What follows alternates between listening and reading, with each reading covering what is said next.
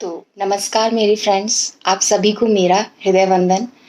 और आज मैं आपकी फ्रेंड श्रद्धा आज आपके सामने त्योहार स्टार्ट हो चुके हैं, तो मैं आज आपसे त्योहारों के टॉपिक पर ही बात करूंगी।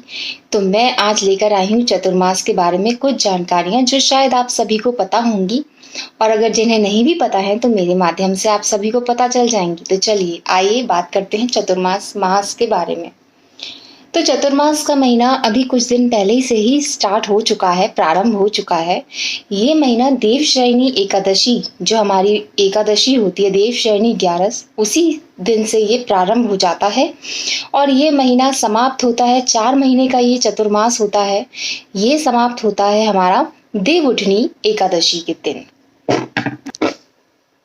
तो कहते हैं कि हमारे श्री हरि विष्णु भगवान नारायण वो योग निद्रा में अपने चले जाते हैं पाताल लोक में, और सारी सृष्टि का संचालन हमारे भगवान इष्ट महादेव शिव शंकर पर आ जाता है। सारा कार्यभार वो संभालते हैं ये चतुर्मास के 4 महीनों का।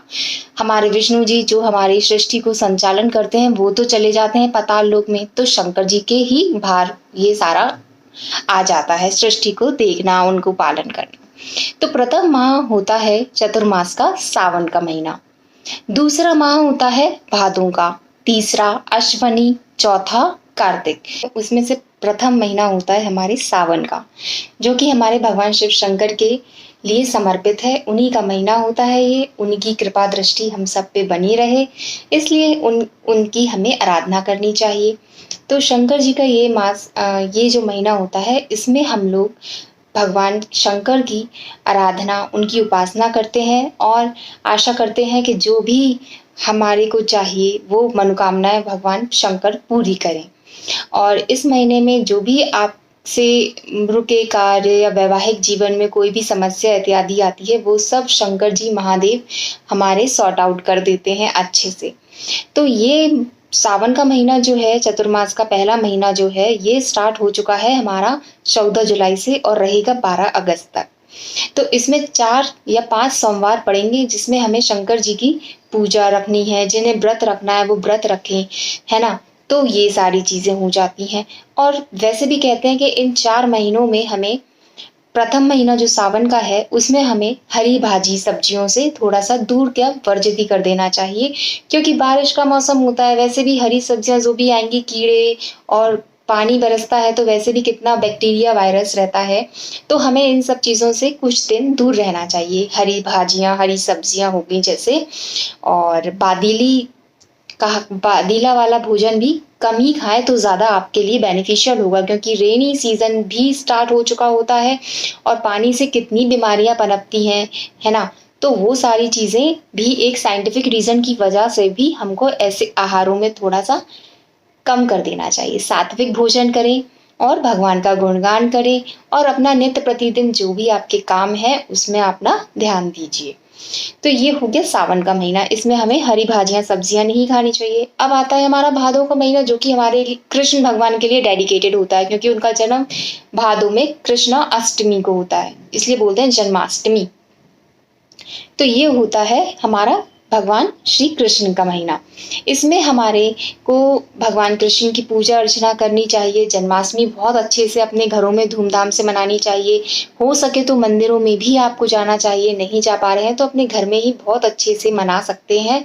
और ये जन्माष्टमी का महीना होता है, कृष्ण का महीना होता है, तो इसमें संतान जिसको संतान में दिक्कत हो रही है वो भगवान श्री कृष्ण की पूजा अर्चना करें तो उनको बहुत आसानी से ये सारी दुविधाएं भी दूर होंगी।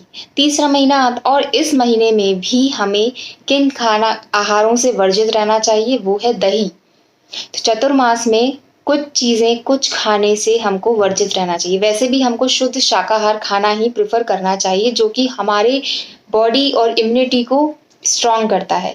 बारिश के महीनों के समय में हमारी इम्यूनिटी बहुत जल्दी वीक हो जाती है, प्रथम महासावन के में हरी भाजी सब्जियों से वर्जित कर देना चाहिए, बादीला खाना नहीं खाना चाहिए, दही भी नहीं खाना चाहिए, क्योंकि दही के जो मोस्ट इम्पॉर्टेंट 2 बैक्टीरियाज होते हैं जो कि यूजफुल होते हैं उस टाइम बारिश के मौसम में, क्योंकि जो हमारी गैया होती हैं, गाय हमें दूध देती है, दूध से दही बनता है, पनीर बनता है, मिठाइयाँ बनती हैं, तो वो बेचारी उनको भी अच्छा आहार नहीं मिल पाता है खाने में, जो भी वो चारा खाती हैं पानी के मौसम में वो सब नहीं हो पाता है अच्छा, उनकी इम्यूनिटी भी अच्छी नहीं हो पाती है, ना ही उनको भोजन खाना चारा जो भी वो खाती हैं उन्हें अच्छा मिल पाता है। तो वो जो हमको दूध मिलता है, दही मिलता है, वो हम बॉडी में नहीं इम्यूनिटी को स्ट्रॉन्ग कर पाता है, तो वो चीज़ें भी हमको नहीं खानी चाहिए। And the one more important thing is कि अश्विनी के महीने में हम कहते हैं कि चतुर्मास में जो तीसरा महीना अश्विनी का महीना आता है देवी माँ के लिए समर्पित किया जाता है। इसमें 9 दुर्गा आती हैं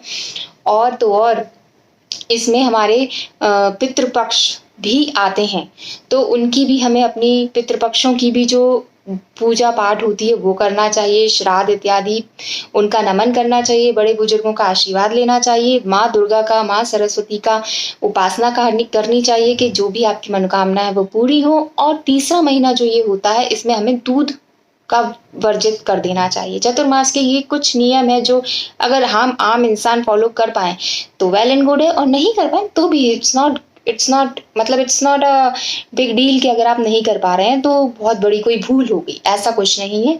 वो तो मैं एक साइंटिफिक रीजन भी बता रही थी कि हमारी जो पेट की जो मेटाबॉलिज्म है, डाइजेशन है, वो भी प्रॉपर नहीं हो पाता है, और heavy food, junk food, fast food and जो ऑयली फूड होते हैं, these are not benefit for our health system and our immunity system, क्योंकि ऐसे मौसम में हमारी इम्यूनिटी भी वीक हो जाती है।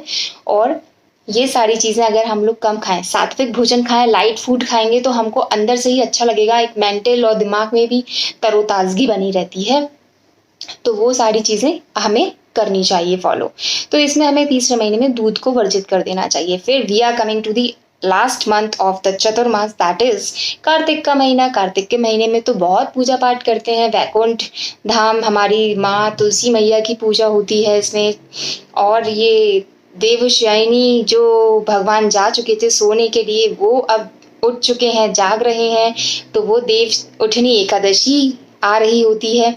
तो वो हमारा कार्तिक का महीना होता है। कार्तिक के महीने में हम भगवान श्री राम भगवान को अर्पित करते हैं, और दीपावली आती है, उसमें देव उठनी 11 करने की पूजा हम लोग धूमधाम से मनाते हैं, दिए जलाते हैं।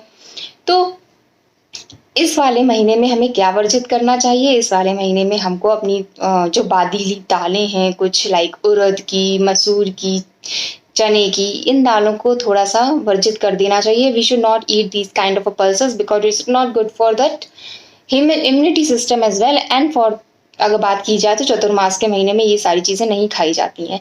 तो ये कुछ रूल्स है खाने के मामले में कि अगर आप कुछ हल्का खाना खाएंगे इन 4 महीनों में, क्योंकि ये जो 4 महीने होते हैं वो हमारे पूजा पाठ, दान इत्यादि के ही होते हैं। जितना हो सके जप तप करिए, भगवान का नाम लीजिए।